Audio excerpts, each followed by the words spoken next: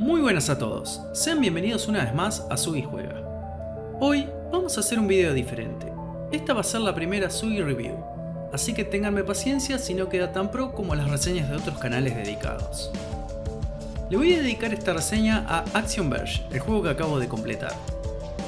Action Verge es un Metroidvania que, para los que no lo sepan, es un género que abarca todos los juegos de la onda de Metroid o Castlevania. Medio obvio, pero bueno, hay gente que no lo sabe. Que salió ya por el 2015 de la mano del desarrollador indie Thomas Happ. Cabe destacar que este juego fue pura y exclusivamente desarrollado por él, tanto historia como programación, música y demás. En Action Verge tomamos el control de Trace, un científico que es atrapado en un accidente de laboratorio en el cual parece morir, pero veremos muy pronto que no fue así. Poco sabemos acerca del experimento que estaba realizando Trace, quién era su asistente o qué fue lo que ocasionó la explosión. Quedarán muchos interrogantes para resolver, pero por ahora solo tenemos dudas.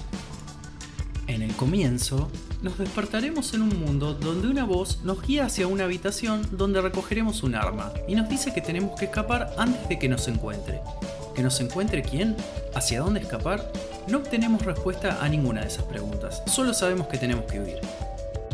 El juego es un side-scroller como casi todos los Metroidvanias que conocemos, donde vamos ganando nuevas armas que, como podrán ver, tienen diferente alcance, diferente daño, diferente tipo de disparo o pueden ser específicas para un jefe.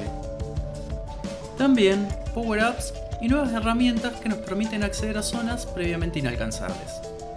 En cuanto a niveles, el juego cuenta con 9 zonas, las cuales están conectadas entre sí y podremos explorar cuantas veces queramos, ya que, como mencioné antes, iremos consiguiendo herramientas para abrir nuevos caminos.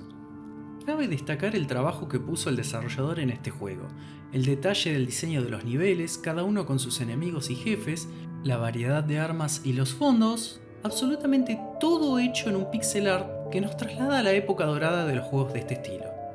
La historia se nos irá revelando a través de conversaciones con este ser que nos guió al inicio, textos que inicialmente estarán en idioma alienígena y un par de giros de trama que no quiero spoilearles, pero están bastante buenos. La música, que si bien no es algo del otro mundo, acompaña el recorrido de cada nivel, teniendo una melodía diferente en cada zona o cuando enfrentamos a los jefes.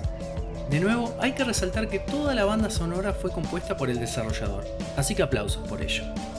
La curva de aprendizaje es bastante amistosa con el jugador, ya que sin darnos cuenta, vamos a hacer cosas cada vez más difíciles y superar mapas iniciales sin sudar una gota. La duración del juego no es muy prolongada, serán unas 7 u 8 horas jugando tranqui, sumando algunas horas más si exploramos al 100% los mapas para sacar todo.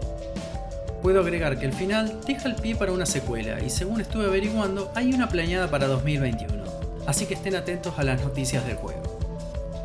Para ir cerrando, le voy a poner un puntaje de 7.5 sobre 10.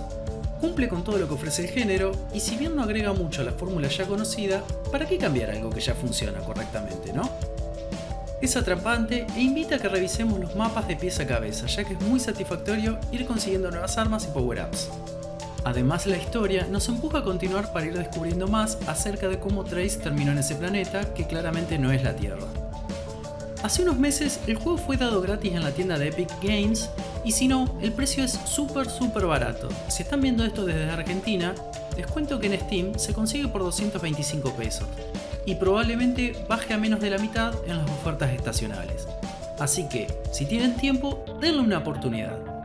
Si quieren ver un poco más del gameplay, encontrarán una lista completa de principio a fin en el canal. Bueno, esta fue la primer Sugi Review. Podrán encontrarla en el canal de YouTube Sugi Juega y en el mentor de Steam Latam Reviews. No se olviden de dejar su like y sus comentarios para contarme qué les pareció el juego y si decidieron probarlo. Cualquier crítica también será bien recibida. Recuerden también suscribirse al canal y a mis redes sociales, las cuales encontrarán los links en la descripción del video. Por último, si quieren apoyar el canal para tener más contenido de este tipo, pueden apoyarlo mediante Cafecito App y Ko-fi desde el resto del mundo. Nos veremos en la próxima con más Sugi Reviews. ¡Chao!